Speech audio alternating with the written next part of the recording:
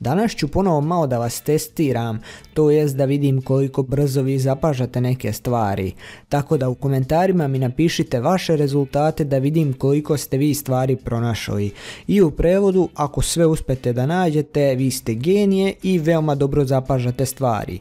Tako da ukoliko želite još ovakvih testova, možda nekih malo težih da proverimo da li ste stvarno genijalci, ostavite like na ovaj video, pretplatite se na kanal i naravno podijelite video sa prijateljima da ih ubedite da ste vi pametniji od njih, pošto verovatno neće sve uspjeti naći.